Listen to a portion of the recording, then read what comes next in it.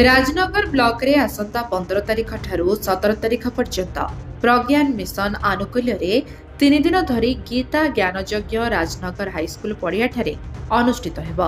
एने प्रज्ञान मिशन पक्षरु संत स्वामी अनिर्बाणानंद गिरी सांबादिक सम्मेलन रे प्रकाश करिसेंती।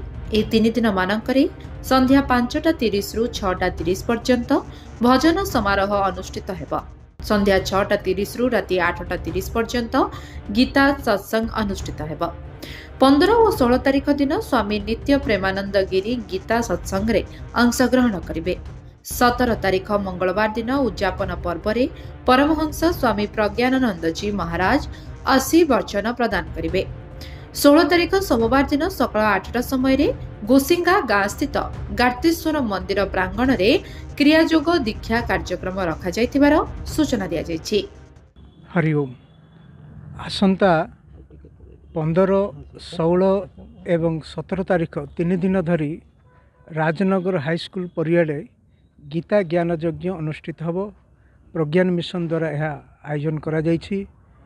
15 एवं 16 2 दिन धरी स्वामी नित्य प्रेमानंद गिरी गीता उपरे प्रवचन देवे एवं 17 तारिख दिन क्रियायोग अंतर्जातीय संस्थार मुख्य पूज्य परमहंस प्रज्ञानानंद जी महाराज आशीर्वचन प्रदान करेंगे। यही 3 दिनिया कार्यक्रम संध्या 5:30 आरंभ होकर 6:30 पर्यंत भजन कार्यक्रम रहिबो एवं 6:30 8:30 पर्यंत प्रवचन कार्यक्रम रहिबो।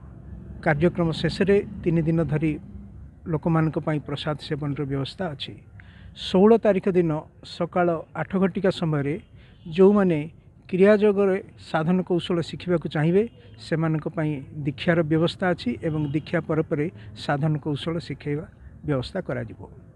तेणु यही 3 दिनिया कार्यक्रम को आम समस्त आखपाखे समस्त जनसाधारण को अनुरोध करछु समस्ते ए गीता ज्ञान कार्यक्रम रे अंशग्रहण करी गीता मातांकर जो मूल्यवाणी को श्रवण करी निज जीवन रे किछि ना किछि ताकू लगेबे जा फल कि आम एक समाज गठन करबा व्यक्ति निर्माण मध्य करबा।